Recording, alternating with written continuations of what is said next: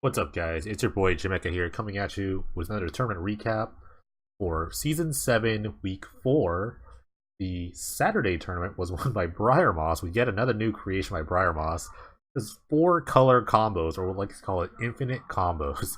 Infinite combos is like the league likes to call it. Yeah, there's a lot of combos in this deck. We'll start with let's just start talking. This deck is ridiculous, and a couple of Rivals of Ixalan cards make the cut here with the new supplemental rotation that just kind of happened. So let's just start with the mana base first. Evolving Wilds, one of the cards that actually got to make it. Fetch land is actually hard to come by. They're like the allied color, like tap, slow fetch lands, or whatever you want to call them, like Bad River, Grasslands, those type of things. The Evolving Wilds is pretty sweet. You can kind of stretch your mana base in certain interesting ways. It's not a lot of There's like tricolor lands, some tricolor lands in this form, but not a lot. So this card is actually like a really big addition, bigger than most people will think. Vivid Marsh is the only Vivid that's legal, so black is a big color in this. So is red, so there's some mountains here. So an island is a forest, which you get with the Evolving Wilds. A couple of Sunscorched Deserts, interesting. World Gorger Dragon sort of card, which is actually in the deck here, and a bunch of swamps. So let's start with the first combo. It's pretty simple. Animate Dead, World Gorger Dragon. Pretty simple combo is have a World Gorger in your graveyard, and then you just Animate Dead it, and then with World Gorger's ability, all the permanents get exiled and becomes an infinite loop. So what can you do with infinite loop? Well, you can make infinite mana if you have any 2 mana.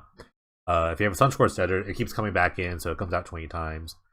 And if you have infinite mana, like I said, you can do a couple things. You can Mind Shrieker them, you can Mind Shrieker your opponent to death, or you can Stroke the Genius them to death, as long as they have like a blue source. So that's one combo.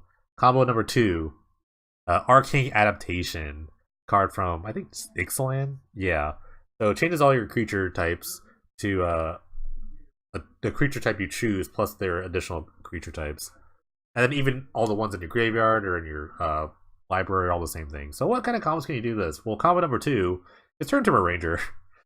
So in turn to ranger, enter the battlefield, you make a 2/2 wolf, and then you put a counter on the ranger.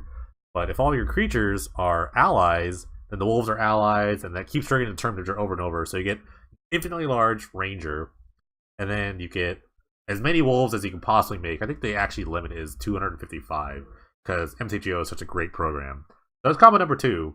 What is combo number 3? There's a third combo in this deck, and that is Zombie Association, which makes discard 2 cards, make black zombie, and Blood Speaker, which basically comes back to your hand when you have a demon. So if you have an Arcane Adaptation, and you make all your guys demons, and then you discard 2 Blood Seekers, you make a zombie demon, and that will trigger the Blood Speakers, and you have now infinite zombie demons. So yet there's another ridiculous looking combo in this deck. it's all over the place. I know I'm actually so surprised that they won this, but I'm sure the surprise factor really got there. Some of the utility cards here: Pirate's Pillage, another new card, Rivals of the Clan, sort of like a discount. Not really a discount, more of a rebate. Tormenting Voice. You just discard a card to draw 2 cards, because you get 2 of the mana back at any color, which I think is really important for this deck. It actually, the treasure artifact tokens actually fix your mana base a bit, so that's pretty cool. You can discard like things like Bloodseeker pretty early, extra pieces. You can discard like World Gorger Dragon. You have extra Arcane Adaptations. You can discard those, so I get a lot of value out of these 8 discard draw card things here. Buried Alive, and it ties everything together. You can just Buried Alive World Gorger, 2 Bloodseekers, and then you start making zombie demons, and now you'll just get the party started here. Then Arching of Ifnir is another interesting one. You're discarding a lot of cards with the Zombie Association, so it's like a one-sided wrath for the most part to get one of these things down. Also, incidentally works well with the Tormenting Voice and Pirate's Pillage, because it only triggers when you cycle or discard, so you're mostly discarding here. The sideboard is really all over the place. Admittedly, by Briar Moss, I asked him, was there actual thought in the sideboard? He said, absolutely not.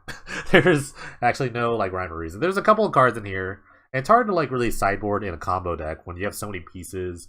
I think I would suggest, if I was trying to sideboard this deck, is to try to like figure out what you're really weak against, and maybe you could like side out one part of the combo, one part of one of these combos to kind of strengthen another part of the combo, things like that. Maybe that's it, but Anyway, there is some thought to it, but not a lot. There's Power Stink for just kind of like, I don't know, countering spells. Psychotic Episode, sort of a duress type card, but has a madness cost too, so it's a little better that way. Nature's Ruin, obviously for the green for Fellows decks. Conclave Natural seems like the most useful card. Just kills artifacts and champions. There's no like acidic slime, so it's an X-Specs bet. And then Fire Extinct Furnace for the other sort of graveyard centric decks. This is a wild one, and he actually Brian Ross actually gets his 3rd win of the season, which puts him on top for most wins season 7. And he got to beat Ribbons at Night in the finals. So they kind of had a little back and forth here, so he's got a little edge on him right now. If you want to see this list and all the other lists from this tournament, which was a pretty interesting tournament, if I do say so myself, you can check out the description below. There'll be a link. Thanks guys for watching. I'll catch you next time.